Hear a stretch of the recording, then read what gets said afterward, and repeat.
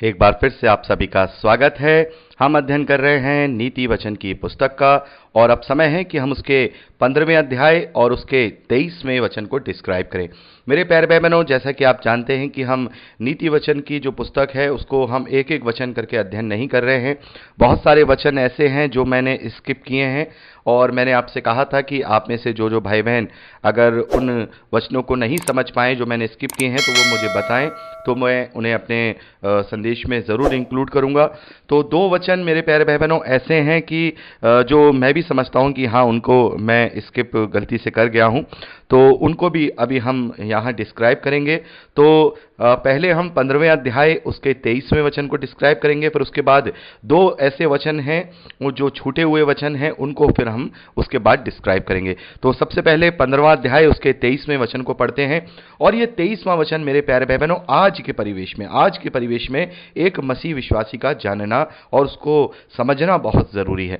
यहां लिखा है कि सज्जन उत्तर देने से आनंदित होता है, और अवसर पर कहा हुआ वचन क्या ही भला होता है। मेरे प्यारे बहनों, यहां पर हम क्या देखते हैं, इसको अगर हम दुनियावी परिप्रेक्ष्य में लें या दुनियावी तरीके से लें तो बिल्कुल जो सज्जन व्यक्ति होते हैं वो हमेशा जवाब देने में हाजिर जवाब होता है, उसको जवाब देने में हमेशा आनंद आता है, और वो हमेशा अवसर पर अपनी सही बात को ही कहता है ताकि उसका उसे लाभ हो सके।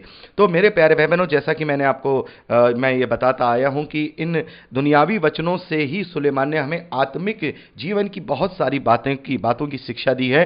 तो यहां पर आत्मिक रीति से भी हम मसीही विश्वासियों को इस वचन को समझना होगा।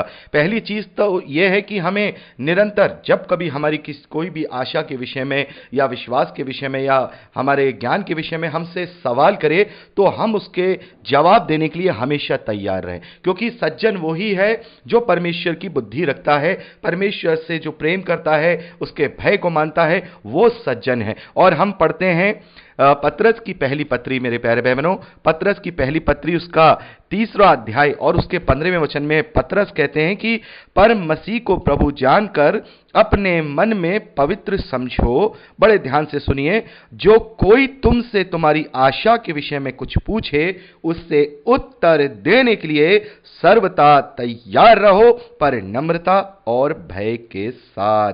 मेरे प्यारे बहनों, ये वचन आज के परिवेश में प्रत्येक मसीही विश्वासी के लिए बहुत जरूरी है, क्योंकि हजारों प्रकार की अलग अलग डिनोमिनेशंस, अलग अलग शिक्षाएं, अलग अलग बातें आज हमारी कलीसियाओं में पाई जा रही हैं, और लोग सवाल करते हैं, लोग सवाल उठाते हैं, लेकिन हमारे अगुवे जो सज्जन नहीं हैं, जो सज्जन हैं वो क्या करते हैं, वो जवाब देते हैं, और वो भी नम्रता के साथ, पूरे परमेश्वर के भय के साथ, परमेश्वर के कॉन्टेक्स्ट के साथ वो उन्हें जवाब देते हैं। लेकिन जो सज्जन नहीं होते वो क्या कहते हैं, तुम लोग अपने अगुओं पर उंगली मत उठाओ और अब तुम्हें अगुओं का सम्मान करना चाहिए, वो जवाब नहीं देते, तो वो सज्जन नहीं है। जो आपकी बात का जवाब नहीं दे या जिसमें यह हिम्मत नहीं है कि वो आपके सवालों को भी पढ़े, ऐसे व्यक्ति को सुनना मैं समझता हूं कि वो सही नहीं होगा, क्योंकि वो फिर इस वचन को वो अपने जीवन में फॉलो नहीं कर रहा। मेरे प्यारे भाई बहनों, मैं कभी भी किसी को क्रिटिसाइज नहीं करता हूं, लेकिन कई बार मैं ऐसा देखता हूं बहुत सारे क्योंकि हमारा जो शुरुआत है वो हम ऑनलाइन से ही हमने अपनी शुरुआत की थी, और आज भी हम ऑनलाइन ही ज़्यादातर अपनी जो सेवकाई है वो करते हैं, फिजिकल भी करते हैं लेकिन ऑनलाइन ज़्यादा है। तो ऑनलाइन बहुत सारे प्रचारकों को मैं ऐसा देखता हूं जो प्रभु का प्रचार करते हैं, लेकिन कहीं ना कहीं उन्हें अपने मन में थोड़ा खौफ है, इस बात का खौफ है कि कोई गलत कमेंट ना कर दे, कोई गलत बात ना कर दे। तो बहुत सारे प्रचारक क्या करते हैं, अपने अपने कमेंट्स बॉक्स ऑफ कर देते हैं ताकि कोई कमेंट ही ना कर पाए। यदि हमें कोई बात गलत लगी है तो हम सवाल करेंगे, तो वो सवाल लेना ही नहीं चाहते हैं। तो क्यों? क्या वो सज्जन नहीं है? मैं किसी को नीचा दिखाने के लिए या किसी को भी ये कहने के लिए बात नहीं कर रहा हूं, मेरा परमेश्वर जानता है, लेकिन मैं बस इतना कह रहा हूं कि हमें डरना नहीं चाहिए, झुंझलाना नहीं चाहिए, नम्रता के साथ। यहां पतरस कह रहे हैं कि जो कोई भी तुम्हारे विश्वास या आशा के विषय में तुमसे कोई सवाल करे तो उसे हमेशा जवाब देने के लिए तैयार रहो, नम्रता और परमेश्वर के भय के साथ। तो फिर फिर क्यों इन बातों से हम डरें? और क्यों ऐसे बहुत सारे प्रचारक हैं जो बहुत सारे ऐसे प्रचारक हैं जो बिल्कुल अपना प्रचार करते हैं, मसीह का नहीं, वो जवाब नहीं देते हैं, वो जवाब नहीं देते हैं। मेरे प्यारे भाई बहनों, हमें अवसर पे कहा गया वचन, जो हम कहते हैं ना, पौलुस कहते हैं कि अवसर को बहुमूल्य समझो। तो मान लीजिए अगर किसी ने मुझसे सवाल किया और वो सवाल वाकई में ही ऐसा हुआ जो कहीं मेरी गलती दिखा रहा है या मुझे सुधार रहा है, तो वो मेरे लिए बहुत बहुमूल्य अवसर हो गया। कई बार ऐसा हुआ है कि बहुत बार सवाल करने वालों की वजह से मैंने बहुत सारी बातों को सीखा है। तो ये मैंने अपना पूरी शुरुआत से मेरी मिनिस्ट्री है, और बहुत सारे भाई बहन कहते हैं कि भाई आप इस तरीके के संदेश बहुत कम डालते हैं, लेकिन मैं इस तरीके के अपने लिए अपनी मिनिस्ट्री को नहीं चलाता हूं। मैं परमेश्वर प्रभु यीशु मसीह के लिए कार्यों को करता हूं। तो मैंने अपने जीवन का एक बहुत बड़ा हिस्सा, अपने जीवन का बहुत बड़ा टाइम ऐसे समय में दिया है कि मैं लोगों को उनके सवालों के जवाब देता हूं, और पूरी ईमानदारी के साथ और पूरी जिम्मेदारी के साथ, और पूरा ये सोच के कि नहीं मुझे देना है, कर्तव्य के साथ, ऐसा नहीं कि नहीं देना है।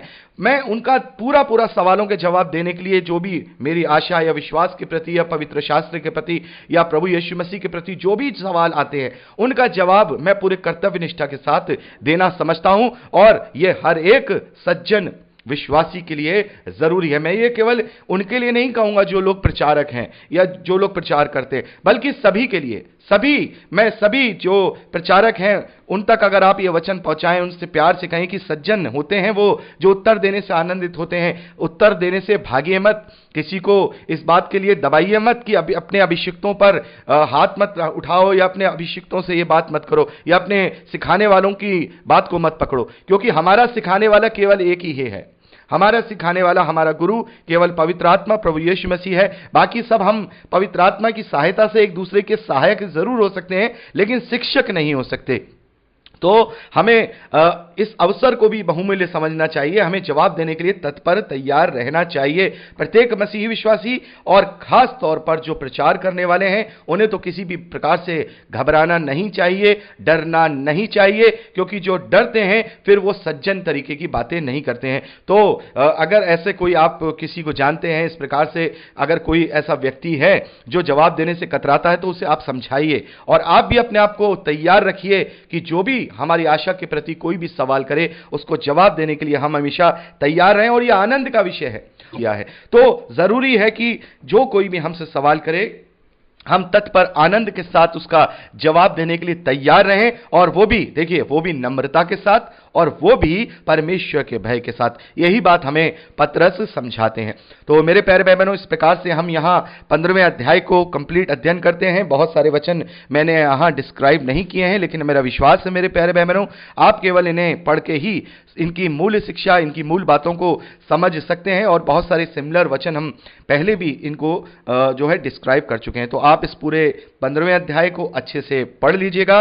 और जैसा कि मैंने आपसे कहा था कि अगर आपको कुछ समझ में ना आए तो व्हाट्सएप पर आप मुझसे पूछिए। अगर कोई ऐसा सवाल होगा जो मैं आपको केवल तुरंत जवाब दे दूंगा तो तुरंत दे दूंगा। यदि मुझे ऐसा लगेगा कि नहीं, मुझे इस बाइबल स्टडी में उन्हें शामिल करना चाहिए, तो आगे आने वाले समयों में उन वचनों को मैं शामिल कर लूंगा। जैसे कि यहां पर हमारी एक बहन ने ये 2 वचन मुझे बताए कि यहां आपको इन्हें भी डिस्क्राइब करना चाहिए, तो मुझे लगा कि मुझे इन्हें डिस्क्राइब करना है। और ये 2 वचन हैं, नीति वचन उसका 13वां अध्याय और उसका 22वां वचन, और 14वां अध्याय और उसका हम देखते हैं 13वां वचन। ये दोनों वचन भी मैं यहां पर डिस्क्राइब करूंगा।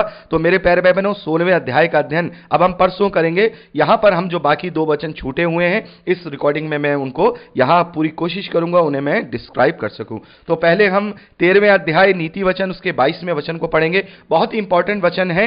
यहां पर लिखा है, भला मनुष्य अपने नाती पोतों के लिए संपत्ति छोड़ जाता है, परंतु पापी की संपत्ति धर्मी के लिए रखी जाती है। मेरे प्यारे भाई बहनों, जब हम इस वचन को पढ़ते हैं तो हमें कहीं ना कहीं ऐसा लगता है कि यह वचन दुनियावी रूप से कहा गया है कि भाई दुनिया में जो लोग धन संपत्ति कमाते हैं, वो लोग जब मरते हैं तो अपने बच्चों को, नाती पोतों को वो धन संपत्ति छोड़ के चले जाते हैं, वो उसे भोगते हैं। और जो अधर्मी होते हैं वो मर जाते हैं, पर उनकी जो धन संपत्ति है वो धर्मियों को दी जाती है। मेरे प्यारे भाई बहनों, इस वचन का बहुत बड़ा गहरा आत्मिक अर्थ है, वो हमें समझना होगा। हमें इसे पूर्ण रूप से हम इसको धरती के दुनियावी तरीके से इसको नहीं ले सकते हैं। मेरे प्यारे भाई बहनों, हम क्या देखते हैं कि परमेश्वर ने इब्राहिम को क्या ठहराया था? परमेश्वर ने इब्राहिम को पूरे कनान देश का अधिकारी ठहराया था और परमेश्वर ने इब्राहिम से ये प्रतिज्ञा की थी कि ये पूरा देश में तेरे वंश को दूंगा। और आगे हम क्या देखते हैं? आगे हम देखते हैं कि क्या वो देश वीरान पड़ा था? नहीं, वो देश वीरान नहीं पड़ा था। उस देश में कनानियों का, हित्तियों का, परिचियों का राज्य था। वो लोग वहां रहते थे, बसते थे, उनके देवी देवताओं के मंदिर थे, सब कुछ थे। तो वहां क्या हुआ था? परमेश्वर ने जबरन इस्राएलियों को उनके ऊपर प्रबल किया और वो सब नष्ट हुए और उनकी सारी संपत्ति को क्या किया परमेश्वर ने? धर्मियों को, यानी कि अपने प्रतिज्ञा किए हुए वंश को परमेश्वर ने वो पूरी संपत्ति दे दी है। तो इसका जो पूरा मतलब है, ये पूरा मतलब अनंत जीवन से है, क्योंकि हम जानते हैं कि जो प्रतिज्ञा परमेश्वर ने अब्राहम से की थी उसका प्रतिरूप दुनियावी था, भौतिक था, लेकिन उसका जो असली मतलब था, जो असली प्रतिज्ञा थी, वो आत्मिक जीवन से थी, वो अनंत जीवन से थी। तो मेरे प्यारे भाई बहनों, यहां परमेश्वर के न्याय को बताया जा रहा है।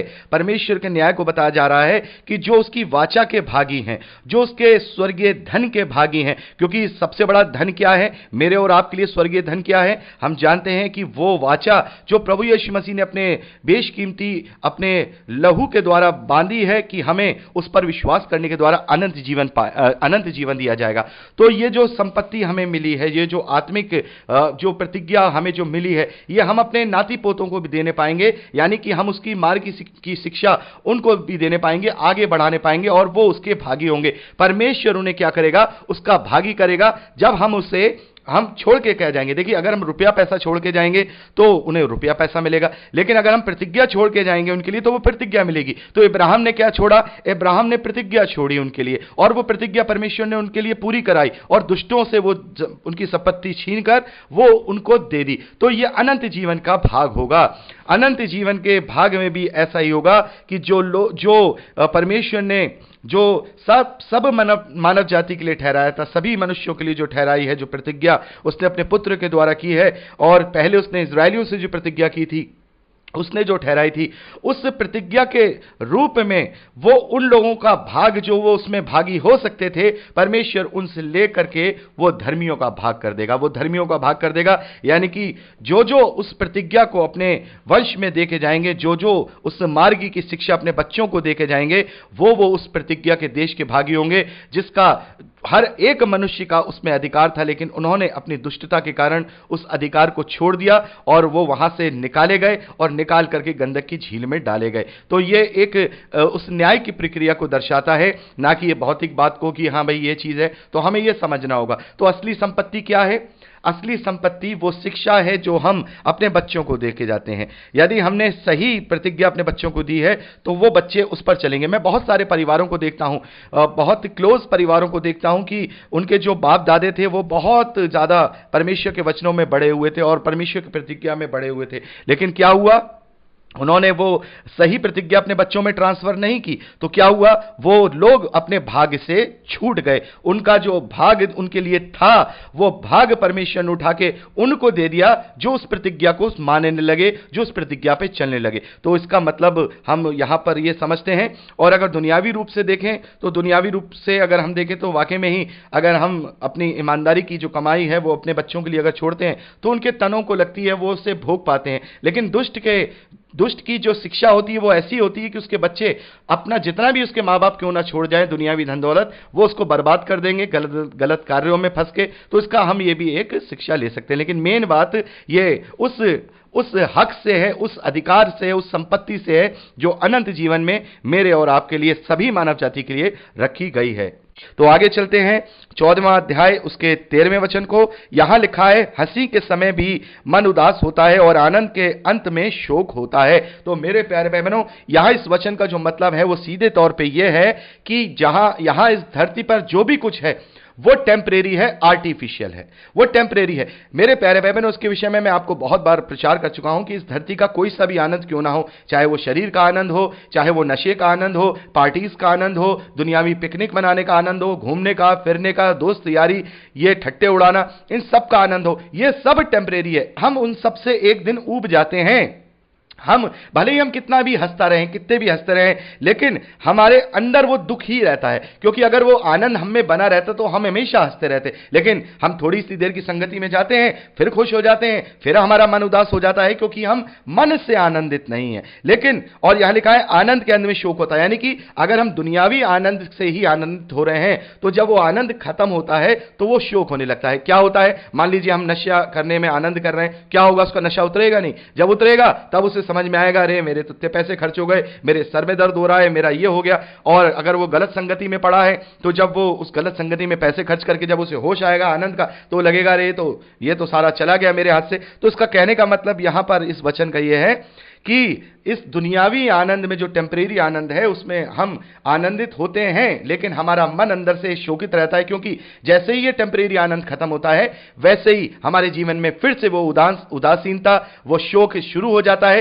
क्योंकि हमने अपने मन में आत्मिक आनंद को नहीं लिया है, वचन के आनंद को नहीं लिया है। तो मेरे प्यारे भाई बहनों, यहां मैंने ये दोनों जो वचन है वो कोशिश की है पूरी अच्छी तरह से डिस्क्राइब करने की। तो अगर आपको भी अगर कोई ऐसा वचन लगता है जो आप चाहते हैं कि मैं उन्हें डिस्क्राइब करूं, तो आप मुझे जरूर बताइएगा, मैं आगे आने वाले अध्ययनों में उनको जरूर शामिल करूंगा। तो मेरे प्यारे भाई बहनों, परमेश्वर का धन्यवाद है, हमने 15वें अध्याय तक का अध्ययन कंप्लीट कर लिया। 16वें अध्याय से आगे का अध्ययन अब हम परसों करेंगे। तो प्रभु आप सबको बहुत आयत की आशीष दे। Praise the Lord.